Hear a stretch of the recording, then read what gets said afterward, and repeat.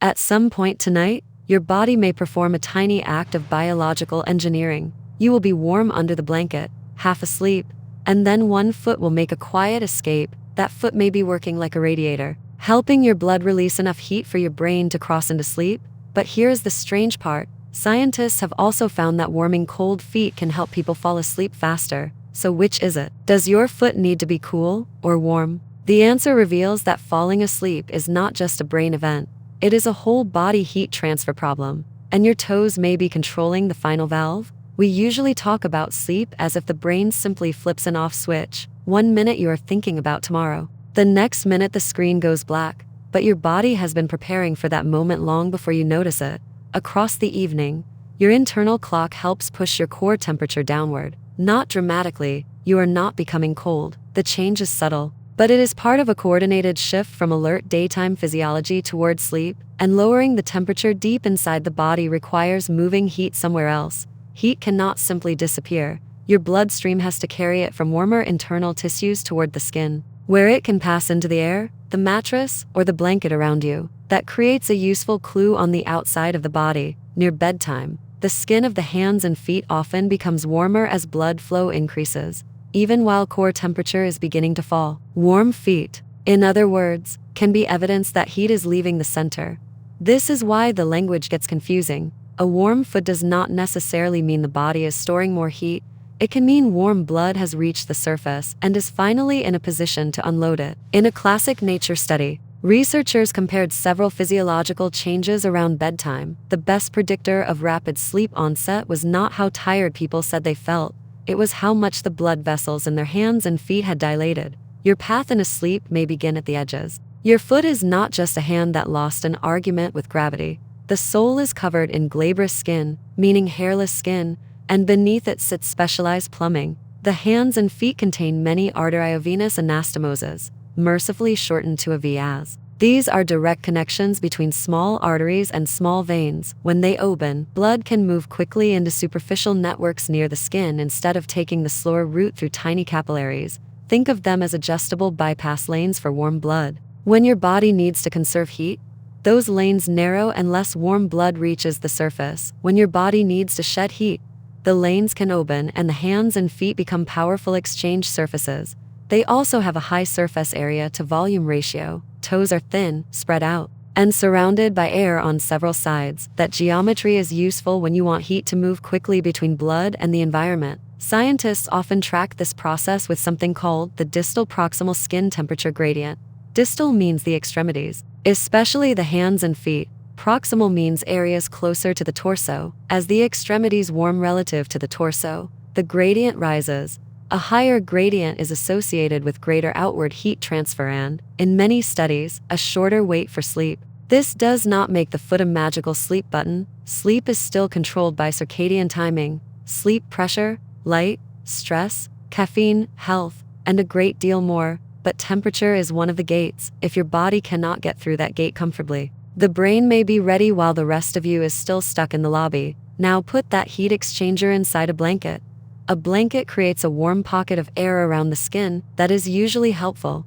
It prevents the environment from pulling heat away too aggressively, keeps the skin comfortably warm, and allows blood vessels near the surface to stay open. Humans do not sleep best while shivering, but the same warm pocket can become too effective. Your body is producing heat all night. Your mattress is limiting heat loss from below, and the blanket is limiting it from above. If that little climate becomes warmer than your body wants, exposing one foot creates an immediate exit route. Now, warm blood arrives at a surface that is no longer trapped inside the warm air under the blanket. Heat can move into cooler room air through radiation and convection. If air is moving, that transfer can increase. If the foot is damp, evaporation can contribute too. Why only 1 foot? The honest answer is that nobody has run the perfect 1 foot versus 2 feet sleep trial. The 1 foot explanation is a plausible inference from what we know about skin blood flow and bedding microclimates, not a proven human reflex with its own official name. But as behavioral temperature control, it makes elegant sense. Throwing off the entire blanket may cool too much skin and wake you. Leaving everything covered may trap too much heat.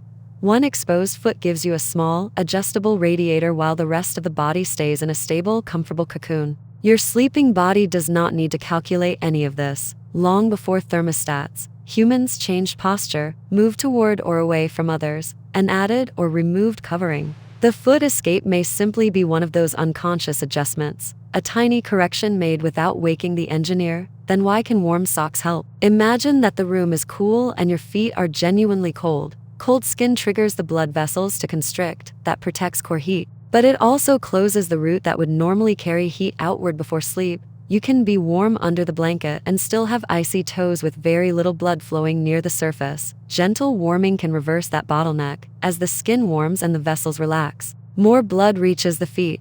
The feet may become warmer, but the core now has a better pathway for losing heat. You warm the radiator so the radiator can turn on. One small study tested this with bed socks in a cool room. The participants fell asleep faster, slept longer, and woke less often when their feet were warmed. The headline sounds impressive, but the fine print matters. The study included only 6 young men. It is a clue, not permission to declare socks a cure for insomnia. The same apparent paradox may explain why a warm bath before bed can feel sleep-inducing.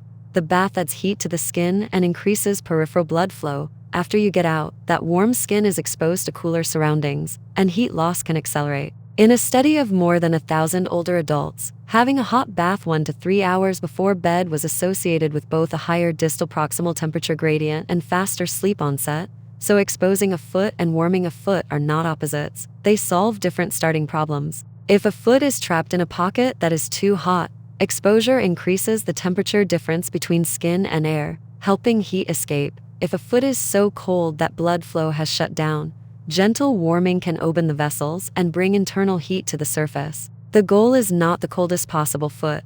The goal is controlled heat flow from the core, through the blood, across the skin, and into an environment that can accept it. That last step matters, because heat only flows easily towards somewhere cooler. On a hot night, the environment gives your body less room to unload heat at high humidity, and sweat evaporates less effectively as well. This is especially relevant now. A huge heat dome is spreading oppressive temperatures across much of the United States, with forecasters warning that many places will get unusually little relief at night. Your escaped foot can fine-tune comfort, but it cannot defeat dangerous heat. The effect is visible far beyond the bedroom laboratory. Researchers linked more than 7 million sleep records from nearly 48,000 people in 68 countries with local weather data. As nighttime temperatures rose, people slept less, mainly because they fell asleep later. The effect was larger among older adults, women, people in lower-income countries, and those already living in hotter regions. Controlled experiments show what can happen inside the night. In one small study, hot and humid conditions increase wakefulness and reduce both deep slow-wave sleep and REM sleep. In a more recent crossover experiment, 15 healthy young adults sleeping at 32 degrees Celsius got about 25 minutes less sleep than they did at 22 degrees, with more disrupted sleep architecture. Those studies are small, and they do not establish one perfect bedroom temperature for every person. Bedding, airflow, humidity, clothing, age, metabolism, medication, health, and acclimatization all change the equation. A number printed on a thermostat is not the whole sleep environment, but the broad pattern is consistent.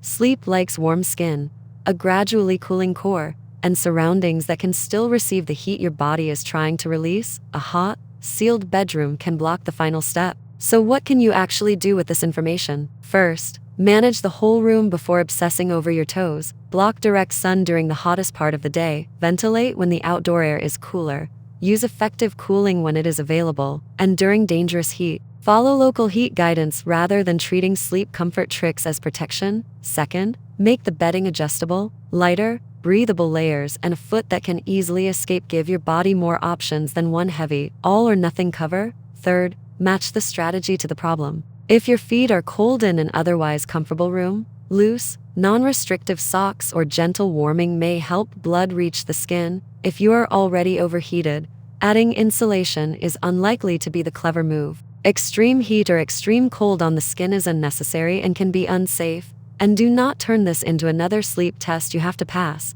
Individual responses differ. The studies on local warming are limited. And forcing your feet into the scientifically approved position is an excellent way to stay awake thinking about your feet. Persistent insomnia, drenching night sweats, Fever, unusual circulation symptoms, or heat illness are not foot outside the blanket puzzles. They deserve appropriate medical or emergency guidance. But on an ordinary warm night, when one foot quietly finds its way into the cooler air, the behavior is not as random as it looks. The foot is not cooling your brain directly. It is offering warm blood a useful place to release heat, while the blanket protects the comfortable climate around everything else. That is the resolution to the paradox. Sometimes you expose the radiator so it can lose heat.